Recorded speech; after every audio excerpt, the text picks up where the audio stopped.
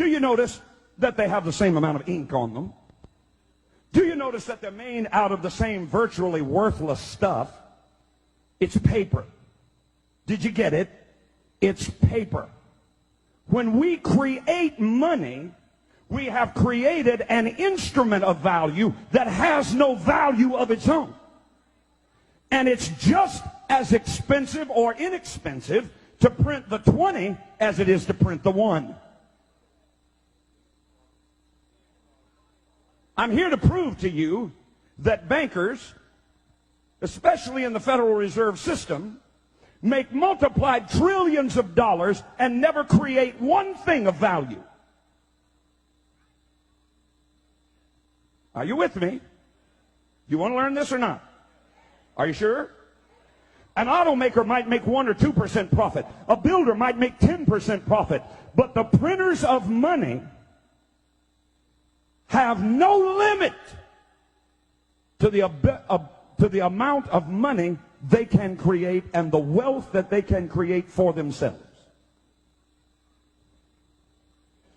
Money's the bloodline of a civilized society. It's the instrument by which a product is sold or bought. Reduce the supply of money below the necessary levels to sustain trade.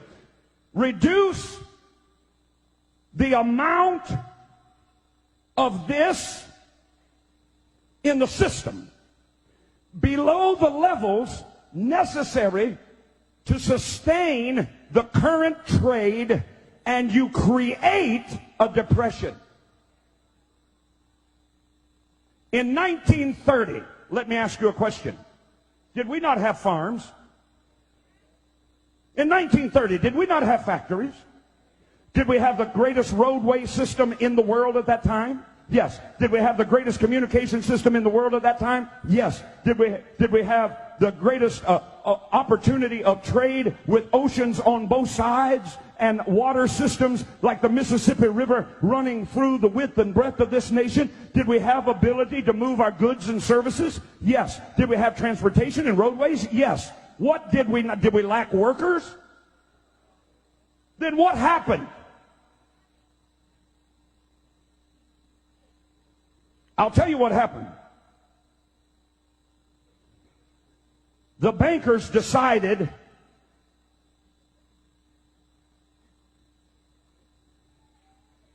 no more money for you.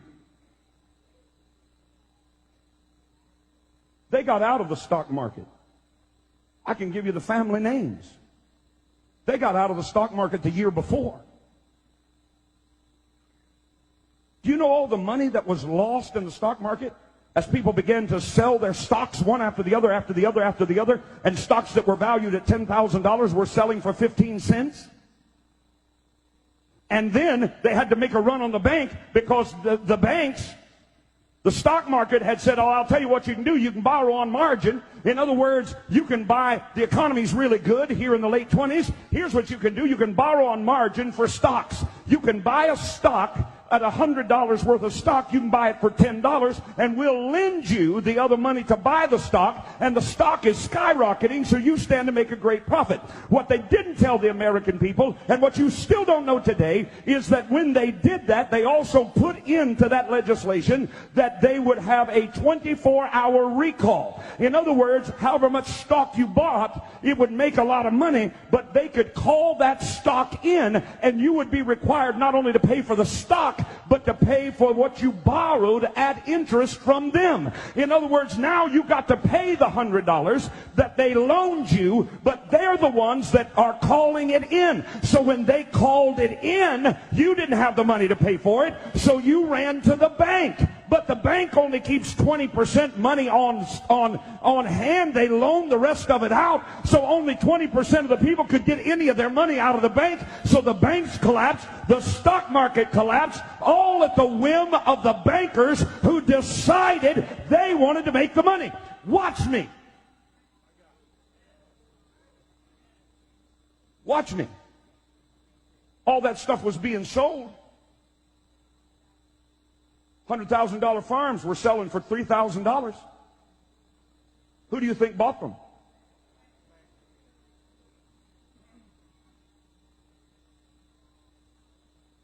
Why are you looking at me funny? You know what you're looking at? You're looking like sheep that have been led to the slaughter and didn't know it. I'm going to continue. Can I continue? We didn't lack industrial capability. If you don't believe me, I just told you what started the Great Depression. Let me tell you what ended it. World War II. And all of a sudden, the same banks that said no money for farms, no money for food, put people in soup lines, no money for commerce, no money for railroads, no money for roads, no money, no money. All of a sudden said, war? And all of a sudden, factories that were closed down began to work 3 shifts. Where'd the money come from? The same pockets that refused to give it before. Because they decide when it will be printed, how much will be printed, and how much usury or interest will be paid. Not the federal government. The federal government has no say in it, as I will prove to you.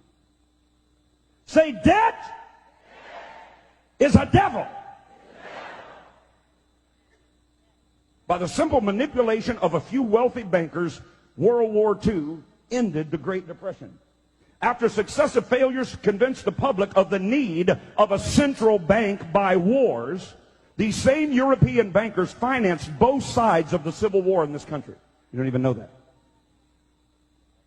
Same bankers, same families, financed both sides of the Civil War. Why? They make the money.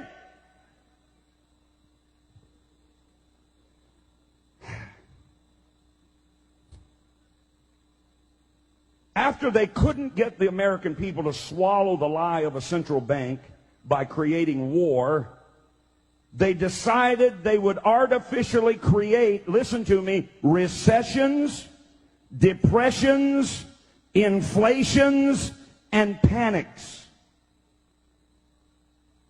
Since only a small amount of deposits are stored at the bank, about 20%, the other 80% is out on loan with security of property and your promise to pay it back. A simple rumor of a bank's insolvency would make a run on that bank. Everybody would get nervous, go pull their money out of the bank, and that bank would collapse. And then the international bankers who started the rumor in the first place would look like prophets. P-R-O-P-H-E-T-S, prophets.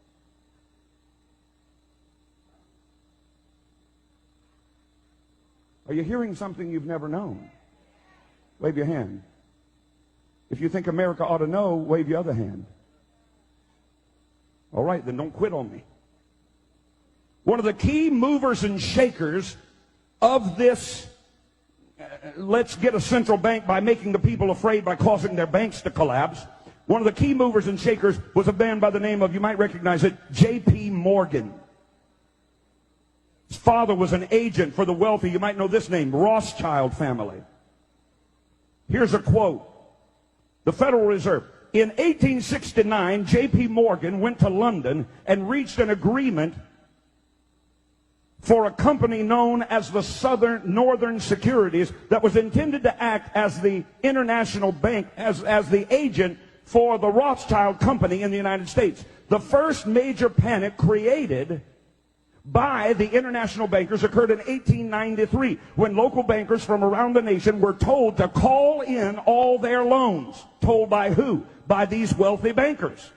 Senator Robert Owen testified before a congressional committee that the call on the banks, testified before a congressional committee that the bank he owned, this was a senator, received from the National Bankers Association what came to be known as the Panic Circular of 1893. It stated, you will at once retire 1/3 of your circulation and call in 1/2 of all your loans. Why? Because that makes the bank collapse.